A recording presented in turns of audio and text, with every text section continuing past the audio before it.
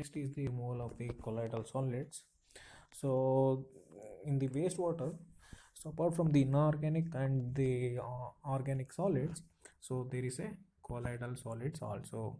Okay, so these colloidal that is this colloidal solids is nothing but, so it is a particles. Okay, so particles of the sizes which is very smaller in size. Okay, so these colloidal solids should be removed. Okay, so these particles actually do not settles. Okay, do not settles, and cannot be removed from the wastewater by conventional or the physical method for the physical method for the removal of this colloidal solids. Okay, so this colloidals has to be removed. So what is this is the colloidal, so which is very relatively, which is very high percentage in this case of the wastewater. So this is the cause for the color, turbidity, and the BOD of the certain industrial wastewater. So it is important to remove this colloidal from the wastewater.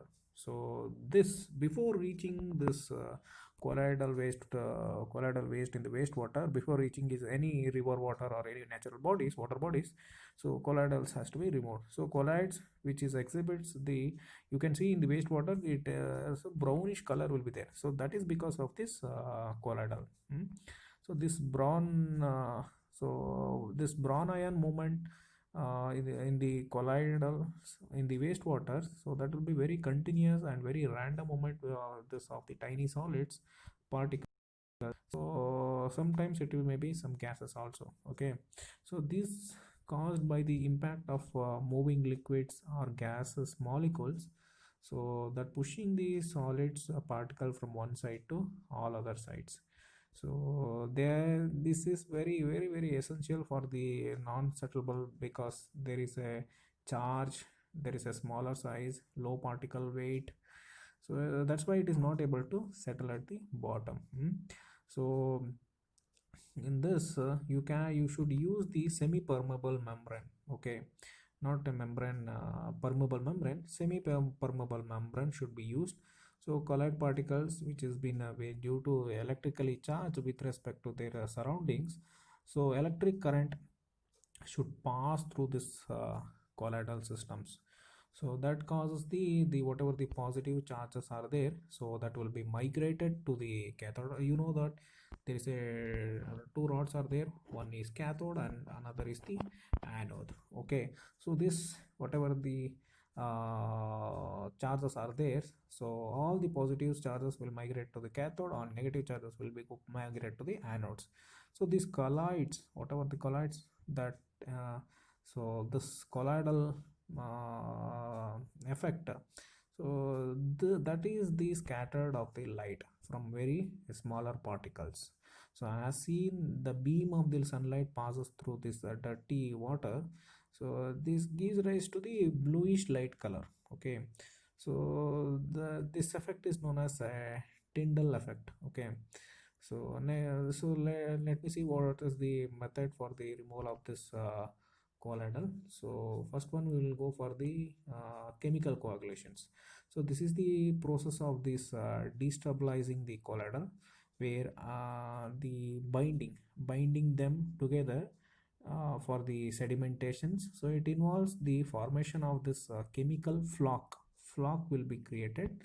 So that means that will absorb to each other. Okay, so and to entrap that. Okay, otherwise brings them together suspended matters, so that is a finely divided into a colloidal. The whatever the chemically most commonly which is being used are alums, cuprous, ferric sulfide, ferric chloride, ferric chloride, chlorinated copper. As a mixture of this ferric sulfides and chlorides, so this can be used. So and aluminum sulfides, which is appear to be more effective in the case of the coagulating the carbonaceous waste, while our iron sulfide, so that is been more effectively where it contains the colloidals are this proteins which is presented in the wastewater. So if you take for the coagulations, so this can be preferred where there is a lowering for the zeta potential of the colloids, This zeta potential is very different in the electric charge where that is existing between the stable colloids and the dispersed medium. And this neutralizing this colloidal charge by flooding the medium with the excess of the positive charge ions, so usually hydrous oxide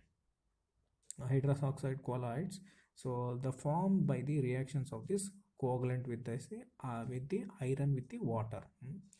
So in this process, the whatever the covalent colloids also becomes destabilized by the reaction with the opposite charge colloids and produce the hydrous oxide. So which is a flux forming materials. From standpoint to electrical charges, there is no predominant types of the colloids in this wastewater.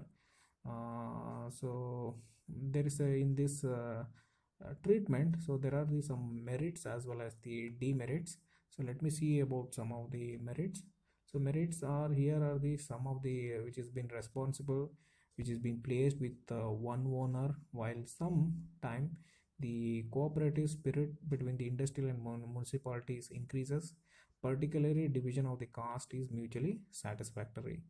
And second one is the one chief operator is required. Okay, so otherwise some obligation to the management and the in the treatment plant, so it is not a burden, and it is a miscellaneous duties where it is to be given to the industrial employees in charge of the waste disposal. And chances of the mismanagement and neglect, so that may be result in the big problem. So it has to be operate with the waste treatment plant to eliminate.